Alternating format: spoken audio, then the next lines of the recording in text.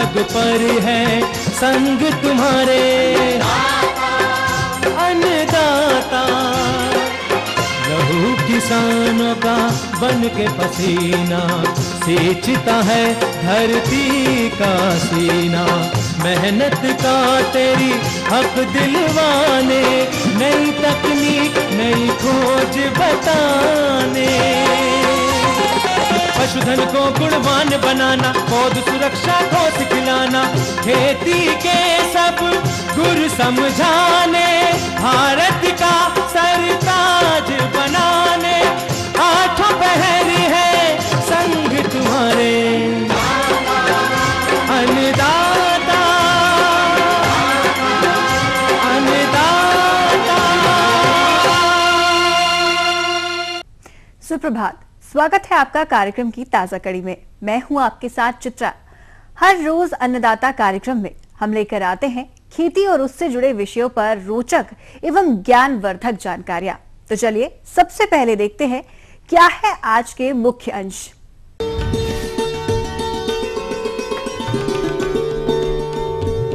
प्याज रोपाई यंत्र पर जानकारी,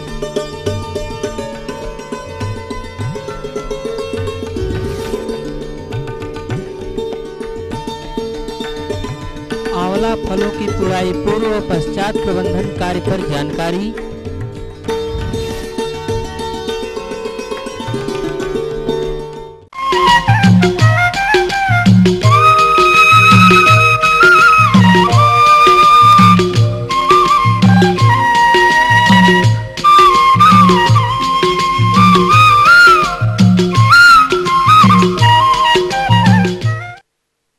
खेती हेतु दिन प्रतिदिन आधुनिक कृषि यंत्रों का प्रचलन बढ़ रहा है। आज के समय में प्याज की रोपाई के लिए प्याज रोपाई यंत्र का आविष्कार हुआ है, जो कि प्याज की खेती करने वाले किसानों के लिए काफी लाभकारी है। जिसकी पूरी जानकारी के लिए देखिए ये रिपोर्ट। हमारे प्रदेश में प्याज की खेती हेतु जिन किसान भाइयों ने नर्सरी लगा रखी होगी, वह रोपाई के लिए तैयार होगी। लेकिन प्रायः देखने में आता है कि पौध रोपाई के समय मजदूरों की कमी देखी जाती है। साथ ही मजदूरों द्वारा रोपण करवाने पर एक तो प्रति इकाई लागत बढ़ जाती है, वहीं कई बार मजदूर न मिलने के कारण समय पर पौध रोपण का कार्य पूर्ण नहीं हो पाता है।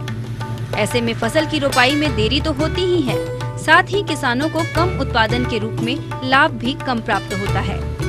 तो हम आपको बता दें कि आप प्याज की पौध रोपाई का कार्य प्याज ट्रांसप्लांटर यंत्र द्वारा करते हैं तो इन सभी समस्याओं से बच सकते हैं। लेकिन अब प्रश्न यह उठता है कि इस यंत्र द्वारा किस प्रकार प्याज की रोपाई की जाती है तथा इसकी कार्य क्षमता व कीमत कितनी है।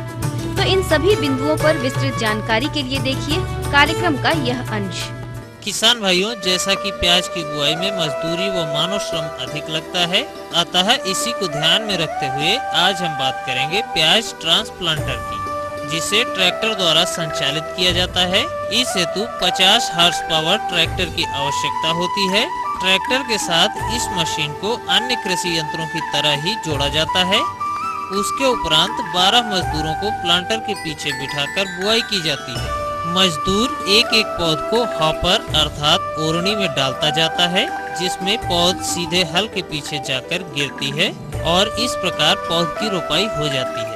इसमें सावधानी के रूप में किसानों को ध्यान रखना चाहिए कि ट्रैक्टर एक ही गति से चले, क्योंकि यदि गति में परिवर्तन होगा तो इसका सीधा असर पौध रोपण पर पड़ेगा। इसमें पौधे से पौधे की दूरी 3 इंच रखी जाती है तथा लाइन से लाइन की दूरी 5 इंच होती है तथा यह यंत्र एक बार में 12 लाइनों में बुआई का कार्य पूर्ण करता है, जबकि हाथ से बुआई करने पर पौधे व पंक्ति की दूरी उचित नहीं रखी जा सकती। किसान भाइयों, यदि इस यंत्र के द्वारा पौध रोपण में होने वाले व्यय की तुलना मानव श्रम द्वारा रोपाई हेतु होने वाले व्यय से करें तो मानव श्रम द्वारा प्रति एकड़ रोपाई हेतु लगभग 15 कुशल मजदूरों की आवश्यकता होती है और प्रति मजदूर पर 200 रुपए प्रति दिन का खर्च आता है। इस प्रकार मजदूरों द्वारा प्रति एकड़ रोपाई पर खर्च लगभग 3000 रुपए होता है, जो कि स्वयं कतार बनाकर रोपाई का कार्य करते हैं। इसके अलावा मजदूरों द्वारा बुआई करने पर 10% तक लगाई गई पौध मर जाती है, जबकि प्लांटर द्वारा प्याज की रोपाई करने में 12 मजदूरों की आवश्यकता होती है। जो कि लगभग 2 घंटे में 1 एकड़ क्षेत्रफल की रोपाई आसानी से कर देता है। अब यदि इस पर होने वाले खर्च की बात करें तो 50 हॉर्स पावर ट्रैक्टर में प्रति घंटे का खर्च 300 रुपए होता है। अतः प्लांटर द्वारा रोपाई पर प्रति एकड़ ट्रैक्टर पर खर्च 600 रुपए आया। साथ ही इस प्लांटर से रोपाई करने हेतु 12 मजदूरों की आवश्यकता होती है, जिस पर प्रति मजदूर का खर्च 200 रुपए प्रतिदिन आता है, जो कि एक दिन में 4 एकड़ क्षेत्रफल की रोपाई करते हैं। अतः मजदूरों पर प्रति एकड़ व्यय की बात करें तो लगभग 600 रुपए होता है। इस प्रकार प्लांटर पर रोपाई करने पर कुल खर्च 1200 रुपए प्रति एकड़ आता है। किसान भाइयों, अब यदि मानव श्रम व प्लांटर द्वारा प्याज की रोपाई पर आर्थिकी की तुलना करें तो मानव द्वारा रोपाई करने पर प्रति एकड़ रोपाई पर कुल खर्च 3000 रुपए होता है, जो कि एक दिन में 1 एकड़ क्षेत्रफल की रोपाई करते हैं। जबकि प्लांटर द्वारा रोपाई करने पर कुल खर्च 1200 रुपए आता है, जो कि लगभग 2 घंटे में 1 एकड़ क्षेत्रफल की रोपाई करता है। इस प्रकार किसान भाइयों, प्लांटर द्वारा प्रति एकड़ रोपाई करने पर लगभग 1800 रुपए की बचत के साथ 6 घंटे समय की बचत भी हो जाती है। जबकि मजदूरों द्वारा बुआई करने पर आपको पूरे समय उनके साथ रहना होता है। किसान भाइयों, खेत की तैयारी में लगने वाला खर्च दोनों विधियों से बुआई करने पर समान ही आता है। अतः इस खर्च को लाभ की अनुपातिक गणना में शामिल नहीं किया गया।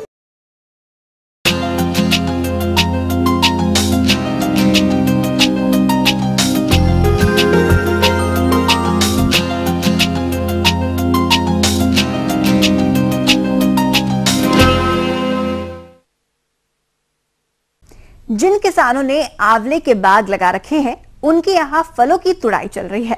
तो किसान भाइयों, आपको आशानुरूप लाभ की प्राप्ति हेतु फलों की तुड़ाई के पहले और बाद में कौन कौन सी सावधानियों को ध्यान में रखना होगा, देखिए इस रिपोर्ट के माध्यम से।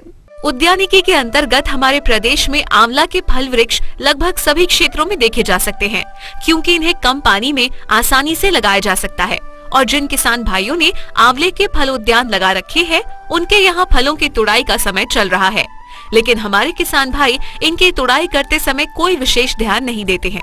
तो आप आंवला के फलों की तुड़ाई, श्रेणीकरण, पैकिंग इत्यादि कार्यों को किस प्रकार से करें जिससे आपको वांछित आय की प्राप्ति हो सके, इस बारे में जानकारी के लिए हमारे संवाददाता ने संपर्क किया डॉक्टर राजूलाल भारद्वाज से। आंवले की तुड़ाई जो इस समय जारी है, इस समय आंवले की तुड़ाई हम कर सकते हैं। आंवले के फल जो है पक कर के बिल्कुल तैयार हैं। आंवले की तुड़ाई नवंबर में शुरू कर दें और थोड़ी थोड़ी करनी चाहिए, क्योंकि एक साथ तुड़ाई करके मार्केट में ले जाने से बाजार भाव डाउन हो जाते हैं। सामान्यतया पूरी तरह से विकसित और जिसमें गहरे हरे रंग से हल्कापन आ जाए या हल्का सफ़ेद रंग उस पर आने लगे और जो अपना किस्म के अनुसार पूर्ण आकार ग्रहण कर लें तथा चखने पे उसमें कसेलापन थोड़ा कम होने लगे, पानी की मात्रा थोड़ी कम हो, उस समय आंवला पूर्ण रूप से परिपक्व हो जाता है। तुड़ाई करते समय एक बात का विशेष रूप से ध्यान रखना चाहिए कि आंवले को किसी भी लकड़ी या किसी के द्वारा पीट करके नहीं तोड़ना चाहिए। अगर आंवले को तुड़ाई के समय किसी भी प्रकार का डैमेज नहीं हो या किसी भी प्रकार का स्क्रैच नहीं हो या ऊपर से सीधा धरातल पर नहीं गिरे, तो उसकी जो तुड़ाई के बाद में जो जीवन होता है वो लगभग 10 से 12 दिन का होता है।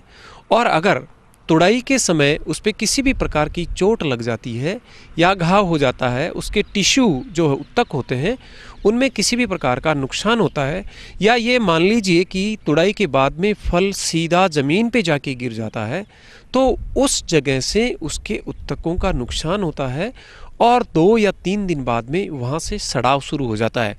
तो किसान भाइयों, आप इस बात का विशेष रूप से ध्यान रखिए। आंवले की तुड़ाई हाथ द्वारा और फ्रूट प्रिकर मशीन द्वारा की जा सकती है। तुड़ाई करने के बाद में इन फलों को आप थोड़े ठंडे पानी में कुछ समय के लिए डाल दीजिए। इससे क्या होता है कि जो फल के अंदर आंतरिक गर्मी पाई जाती है, जिसके कारण से उसमें एंजाइम एवं सूक्ष्म तत्वों की क्रियाविधि बढ़ने से उसमें भूरा रंग आना और सड़ाव जैसी क्रियाएं होती है, कमी होगी उनकी। उसके बाद में उसको खुले एरिया में बिल्कुल सूखने दें, पानी नहीं रहने दें, और उसके बाद में जो क्रिया होती है वो होती है ग्रेडिंग की क्रिया। ग्रेडिंग की क्रिया में सबसे पहले उन फलों को निकाल दें जिसमें किसी प्रकार का स्क्रैच है या उनका कलर जो है, उनका रंग जो है बदरंग हो गया है या किसी भी पोषक तत्व या अन्य कारणों से फल फट गया है या साइज में सामान्य से छोटा और सामान्य से बड़ा है, इस प्रकार के फलों को पहले अलग कर दें। उसके बाद में जो फल बचते हैं उसको ए और बी, जो बहुत ही अच्छी क्वालिटी के हैं, जिनके अंदर रेशे की मात्रा कम है और जो किस्म के सभी गुण रखते हैं, ए ग्रेड में रख करके अलग से पैकिंग करें और दूसरे जो प्रकार के फल हैं उनको बी ग्रेड में रखें। और जो पहले हमने अलग कर दिए थे जिसमें किसी प्रकार का दाग धब्बा भी हो सकता है या उसमें तुड़ाई के समय कोई उस पर चोट पहुंच सकती है, पर ऐसे हैं कि उनका उपयोग किया जा सकता है, उसको हम सी ग्रेड में रखें। ग्रेडिंग करने के बाद में किसान भाइयों इनकी पैकिंग करना बहुत ज़रूरी होती है। हम इनकी छोटी छोटी पैकिंग चाहे तो हम कार्टून में या पॉलीथीन में 2 किलो से 5 किलो की पैकिंग हम बना सकते हैं और छिद्र वाले जो कार्टून बॉक्स होते हैं उनमें नीचे थोड़ा सा इनर्ट मटेरियल डाल करके उसमें आंवले की अगर पैकिंग करते हैं तो उसकी सेल्फ लाइफ जो बढ़ जाती है। अगर हमें लंबे समय तक रखना है या बाहर भेजना है तो तुड़ाई के बाद पैकिंग से पहले हम बावस्टीन के घोल से भी इसको उपचारित कर सकते हैं। 2% का बावस्टीन का घोल लेकर के उसमें कुछ समय तक फलों को रखें और उसके बाद उसको ड्राई होने दें।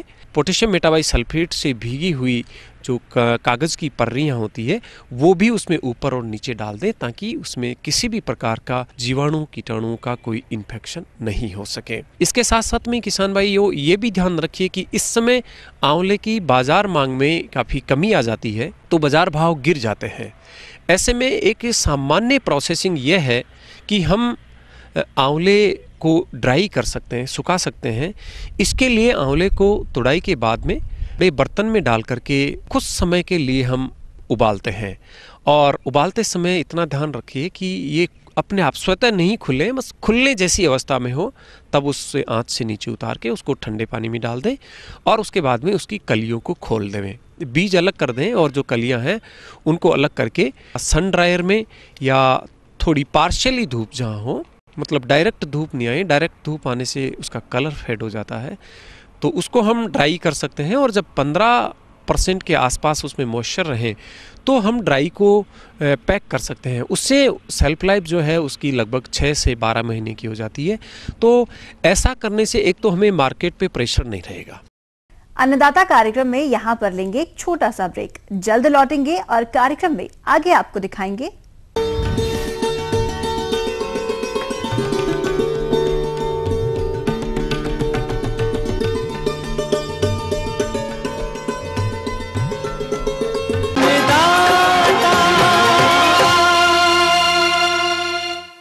ब्रेक के बाद एक बार फिर से आप सभी दर्शकों का अन्नदाता कार्यक्रम में स्वागत है।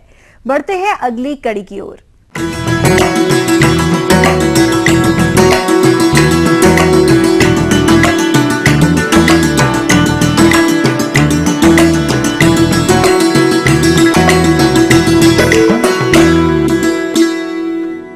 मिर्च की फसल से अच्छी उपज के लिए जरूरी है कि फसल की बढ़वार अवस्था पर किए जाने वाले समसामयिक प्रबंधनों को वैज्ञानिक ढंग से अपनाया जाए। इसीलिए आज के विषय में 1 से 1.5 माह की मिर्च की फसल में किए जाने वाले प्रबंधनों पर देखिए ये रिपोर्ट। मसाला वर्गीय फसलों में मिर्च की खेती किसान अच्छी बाजार मांग के चलते 3 ऋतुओं में करते हैं। अतः जिन किसानों ने जाड़े की फसल ले रखी है उनकी फसल इस समय 35 से 45 की अवस्था में होगी। ये फसल भी उचित विकास तक अच्छी उपज दे, उसके लिए खरपतवार प्रबंधन, सिंचाई एवं नत्रजन का प्रयोग समय से करना होगा, अन्यथा पौधे की बढ़वार प्रभावित होगी तथा दूसरी फसल पर रोग कीटों का प्रकोप भी बढ़ता चला जाएगा। अतः किसान भाइयों, इस प्रकार की समस्या से बचने के लिए आप अपनी इस अवस्था की मिर्च की फसल में प्रबंधन कैसे करें, इस बारे में जानकारी दे रहे हैं तिरहुत कृषि महाविद्यालय ढोली, जिला मुजफ्फरपुर के वैज्ञानिक डॉक्टर हरि प्रसाद मिश्रा। मिर्च के उगाने का समय है और इसके आप ट्रांसप्लांटिंग भी कर चुके होंगे पौधों की, और ट्रांसप्लांटिंग के बाद अब आपके फूल आने के समय आ रहे होंगे, तो इसमें ध्यान देने की आवश्यकता ज़्यादा पड़ती है। और विशेष रूप से सिंचाई है, निकाई गुड़ाई, तो इनका प्रबंधन बहुत आवश्यक होता है। और सिंचाई आप ध्यान दें कि सिंचाई करते समय अधिक सिंचाई कभी नहीं करना चाहिए खेत में, उससे कई नुकसान होते हैं। एक तो मान लीजिए फूल आ रहा है तो फूल झड़ने की संभावना रहती है। दूसरा, ज़्यादा आप पानी लग गया तो जो आपने तत्व दिया है नाइट्रोजन, फास्फोरस, पोटास, उसका लीचिंग हो जाती है, नीचे चला जाता है। तो कोशिश करें कि हल्की सिंचाई करें आप, इंटरवल बल्कि आप 10 से 15 दिन पर करते रहें, नमी को देखते हुए, तो ज़्यादा अच्छा रहता है। नाइट्रोजन की मात्रा आप आधी ही दिए होंगे जहाँ तक हमें उम्मीद है, तो बची हुई आधी मात्रा यानी लगभग 40 से 50 किलोग्राम नाइट्रोजन अभी आप दे सकते हैं लगभग 40 से 45 दिन के बाद में। जब इसको यूरिया या अमोनियम सल्फेट किसी रूप में दे दीजिए, लेकिन देने के बाद उसको मिट्टी में मिलाइए और पौधों के आसपास दीजिए। बहुत दूर देना ठीक नहीं रहता है, छिड़काव करना सही नहीं होता है। जानते हैं कि जाड़े का समय है तो खरपतवार कम निकलेंगे, लेकिन फिर भी खरपतवार अगर निकल रहे हैं कुछ तो निकलेंगे ही, उनका 15 दिन पे जरूर निकाई गुड़ाई करते हैं। उससे 2 फायदा होता है, एक तो मिट्टी भुरभुरी हो जाती है और दूसरा हवा का संचार होता है जड़ों के आसपास में, जिससे जड़ों का विकास अच्छा होता है और जड़ें सक्षम होती हैं कि जो भी न्यूट्रिएंट सॉइल में हैं उसको लेकर के ऊपर पौधों को दे सके। इसके बाद आती है आपके कीड़े का प्रबंधन हुआ या और कोई बीमारी है, इसमें थ्रिप्स कीड़ा लगता है। तो थ्रिप्स कीड़ा बहुत छोटा होता है जिसको आप ऐसे नहीं देख सकते हैं नंगी आँख से। तो इसके कंट्रोल के, इससे होता क्या है, अगर कीड़ा लगता है तो पत्तियाँ टेढ़ी मेढ़ी हो जाती हैं, तने भी टेढ़े हो जाते हैं, तो इसकी रोकथाम करनी आवश्यक होती है। अगर ऐसा सिम्टम दिखाई देता है तो आप डाइमेथोएट दवा आती है 30 cc, डाइमेथोएट 30 cc का 0.1% का घोल बना करके आप छिड़काव करें। 0.1 का मतलब 1 ml 1 लीटर पानी में घोलकर छिड़काव करें। या क्लोरपाइरिफास दवा जो कि आप जानते हैं वो भी मार्केट में अवेलेबल है, मिलती है, तो इसका भी आप छिड़काव कर सकते हैं। इसको आप 0.25% यानी 25 ml 1 लीटर पानी में घोल करके छिड़काव करना चाहिए। कभी कभी एक डाई बैग बीमारी होती है। डाई बैग का मतलब होता है पौधा ऊपर से सूखता है, इसमें देखा गया है, बंजापन भी देखा गया है, कभी कभी वायरस की बीमारी होती है। तो अगर ऐसी बीमारी है तो पौधों को उखाड़ करके नष्ट कर देना चाहिए, मिट्टी में गाड़ दें या उनको जला करके नष्ट। अगर संभव हो तो आप प्लाइटाक्स दवा आती है, उसका 2 से 3 ग्राम प्रति लीटर पानी में घोल करके छिड़काव करें, या बोर्डो मिक्सचर बना सकते हैं तो बोर्डो मिक्सचर दवा बना करके आप उसका छिड़काव कर सकते हैं। इससे काफ़ी हद तक कंट्रोल हो जाएगा। अगर आप अच्छी खेती करते हैं, समय पे पानी देते हैं, खाद उर्वरक देते हैं, तो निश्चित रूप से आपको अच्छी उपज प्राप्त करने में आप सक्षम होंगे। अगर हरी मिर्च आप हार्वेस्ट करते हैं, हरी मिर्च के लिए लगभग 80 से 100 क्विंटल तक उपज प्राप्त हो जाती है हरी मिर्च के फल से।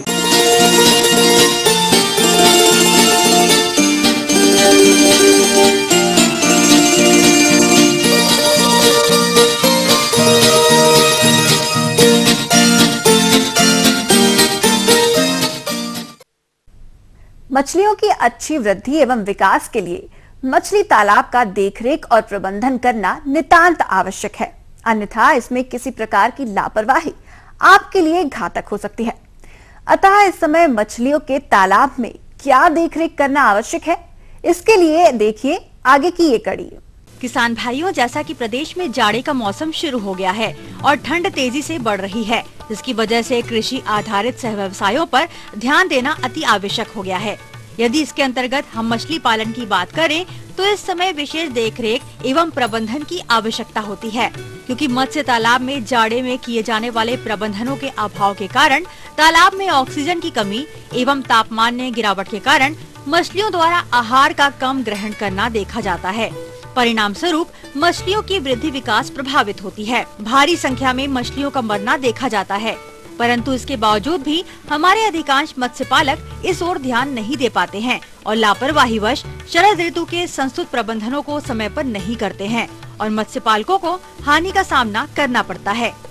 इस हानि से बचने के लिए मत्स्य तालाब में ठंड के समय में अपनाए जाने वाले प्रबंधनों पर जानकारी के लिए हमने संपर्क किया है विषय विशेषज्ञ डॉक्टर DV सिंह से। किसान भाइयों, सर्दी के दिनों में मत्स्य तालाब का प्रबंधन थोड़ा ध्यान पूर्वक करने की आवश्यकता होती है, जिसमें प्रमुख तौर पर हमें अपने तालाब में लगभग 1.25 मीटर तक जल स्तर बनाए रखना आवश्यक है, जिससे हमारी मछलियों को कोई प्रतिकूल प्रभाव ठंडक की वजह से न पड़ने पाए। इसके साथ ही साथ तालाब के चारों किनारे पर जो भी बंधे पर लगी हुई घास फूस इत्यादि हैं उनको अच्छी तरह से साफ कर लेना चाहिए, ताकि हमारे तालाब में जो भी हानिकारक जीव जंतु इस तरह के हैं जो वहाँ छाया लेते हैं, जो किनारे पर वास करते हैं, उनका सफाया हो सके। इसके साथ ही साथ जो वैज्ञानिक संस्तुति की गई है पीएच मान के आधार पर कि लगभग 300 किलोग्राम चूने का प्रयोग प्रति हेक्टेयर की दर से करना चाहिए, उसकी जो हमने 12 किस्तों में जो विभक्त किया है उसकी किस्त हमें सर्दियों के दिनों में जो भी होती है वो इस्तेमाल करते रहना चाहिए, जिससे हमारे तालाब का पीएच मान संतुलित रहे और हमारे तालाब में जो भी जीवाणु और विषाणु इत्यादि हैं उनका खात्मा हो सके। और समय समय पर तालाब में जाल चलाकर देखते रहना चाहिए। शरद ऋतु में विशेष तौर पर 15 दिनों पर एक बार जाल चलाना चाहिए, जिसमें हमें अपने मछलियों के स्वास्थ्य का परीक्षण करते रहना चाहिए कि हमारी मछलियों में किसी प्रकार के रोग विकार इत्यादि तो नहीं है। यदि हम हाथ में लेकर मछली को देखेंगे तो वो यदि किसी रोग से ग्रसित है तो हमें पता चल जाएगा। हमें 15 दिन में या 1 महीने में थोड़ा सा ताज़ा पानी अपने तालाब में डालना चाहिए और जो भी पुराना पानी है उसको लगभग 1/4 या इससे कम निकाल देना चाहिए और नए पानी का समावेश करते रहना चाहिए। साथ ही साथ ऑक्सीजन बढ़ाने के लिए हमें अपने तालाब में या तो ऊंचाई से पानी डालते रहना चाहिए या ऑक्सीजन का एरिएटर जो होता है उसे प्रतिदिन 1 घंटे या 2 घंटे चलाते रहें तो हमारे तालाब में मछलियों की वृद्धि अच्छी होगी। शरद ऋतु में जो मत्स्य भोजन आप देते हैं उसके संदर्भ में जानकारी देना चाहूँगा। भोजन को शाम को भिगो करके सुबह उसका गोला बना लें, बॉल बना लें लगभग 100 ग्राम 200 ग्राम का, और किसी तालाब के किसी एक कोने पर एक मिट्टी के ट्रे में रखकर और प्रतिदिन एक निश्चित समय पर और निश्चित स्थान पर रखकर उनको भोजन कराएं।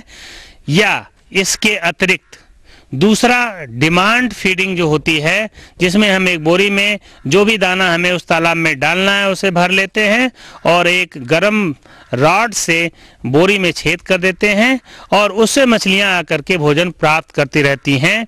इस विधि से उतना ही भोजन मछलियां प्राप्त कर पाती हैं जितना उनको आवश्यकता होती है और भोजन हमारा कम बेकार जाता है।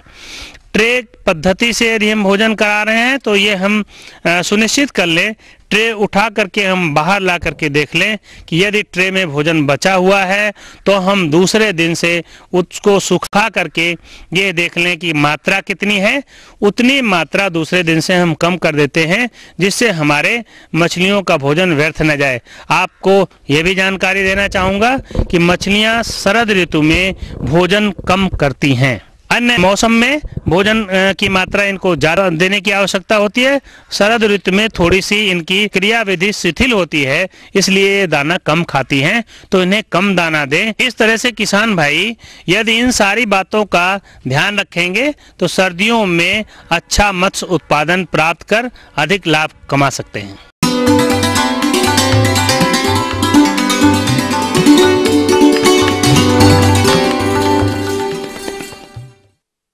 अन्नदाता हेल्पलाइन निशुल्क फोन संपर्क सेवा के माध्यम से पूछे गए प्रश्नों में से चयनित प्रश्न और उसका जवाब इस प्रकार है। ग्राम नौबतपुर, जिला पटना के कृषक विश्वनाथ जी, आप सरसों की फसल में शस्य प्रबंधन कार्यों पर जानकारी चाहते हैं, तो विश्वनाथ जी आपकी जानकारी हेतु प्रस्तुत है कार्यक्रम का यह अंश। सरसों की हम लोग खेती करते हैं। इसीलिए सबसे पहले किसान भाई जो थिनिंग का होता है, जो जिसको हम लोग बछनी बोलते हैं, इसमें क्या अगर बुआई करेंगे तो उसमें हम बुआई के 14 से 15 दिन के बाद बछनी का जो पौधे हैं, पौधे की जो दूरी है 10 सेंटीमीटर स्थापित कर इसके लिए करेंगे। तथा यदि संभव हो तो किसान भाइयों तो 30 से 40 सेंटीमीटर की दूरी पर इसको कतार में तथा 10 से 15 सेंटीमीटर की दूरी पर इसको हम लोग थिनिंग बोलते हैं। इसके साथ हमारे जो किसान भाई जो सिंचाई की बात होती है जो फसल में, तो सिंचाई में उससे आवश्यकता कम होती है क्योंकि हमारा मौसम भी ठंडा है, लेकिन 1 या 2 सिंचाई से हमारा काम चलता है। सबसे पहला सिंचाई उपलब्ध जो रोपाई से 30 से 35 दिन के बाद हम पहला सिंचाई करते हैं। उसके बाद जो हम 2 सिंचाई की उपलब्धता है, साथ ही साथ इसके बाद हम 25 से 30 दिन के बाद हम अगली सिंचाई तथा दूसरी हम करेंगे 55 से 60 दिन के बाद हम इसको सिंचाई करते हैं। उसके बाद हम किसान भाई जो खाद एवं उर्वरक के लिए है, तो इसके लिए जमीन का स्थिति है जो 2 तरह, एक हुआ सिंचित और असिंचित में जो होता है। जो आप सिंचित जो है उसमें आप जो नाइट्रोजन जो हम डालते हैं 40 और जो स्फूट डालेंगे 40 डालेंगे तथा पोटाश डालेंगे 40, जो ये हमारे जो हुए सिंचित के लिए। और जो हमारे असिंचित है उसके लिए आप नाइट्रोजन 40 और स्फूट 20 कर देंगे किलोग्राम प्रति हेक्टेयर।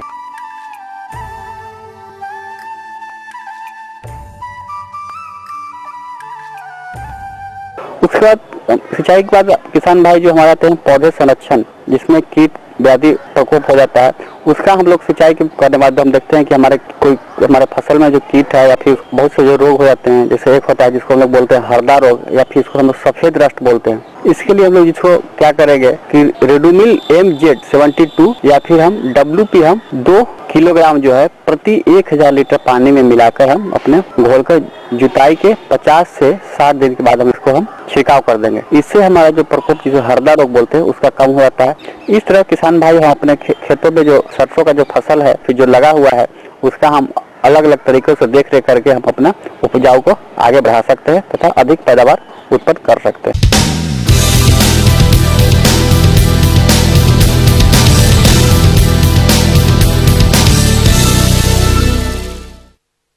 आइए एक नजर डालते हैं राज्य की विभिन्न मंडियों में कृषि उत्पादों के बाजार भाव पर।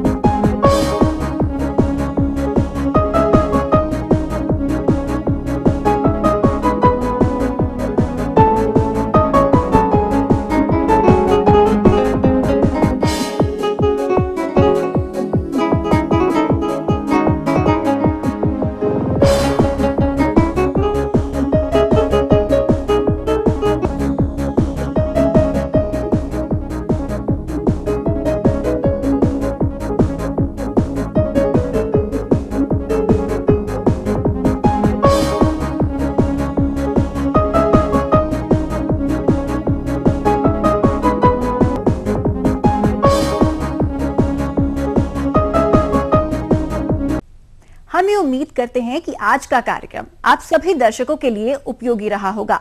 किसान भाइयों, अन्नदाता आपकी सेवा के लिए संकल्परत है। कृषि संबंधी समस्या एवं सुझावों के लिए आप हमें इस पते पर संपर्क कर सकते हैं। प्रोड्यूसर अन्नदाता, ETV Bihar Jharkhand, Ramoji film city Hyderabad 501512। साथ ही आप हमें ईमेल भी कर सकते हैं। हमारा ईमेल है annadatabihar@etv.co.in। इसके अतिरिक्त आप हमें निशुल्क हेल्पलाइन नंबर 1800-425-4085 पर दोपहर 2 से 3 बजे के बीच संपर्क कर सकते हैं। तो आज के कार्यक्रम में फिलहाल इतना ही। कल फिर इसी समय आपसे मुलाकात होगी कृषि संबंधित कुछ और जानकारियों के साथ। तब तक के लिए पूरी अन्नदाता टीम को दीजिए इजाजत। नमस्कार।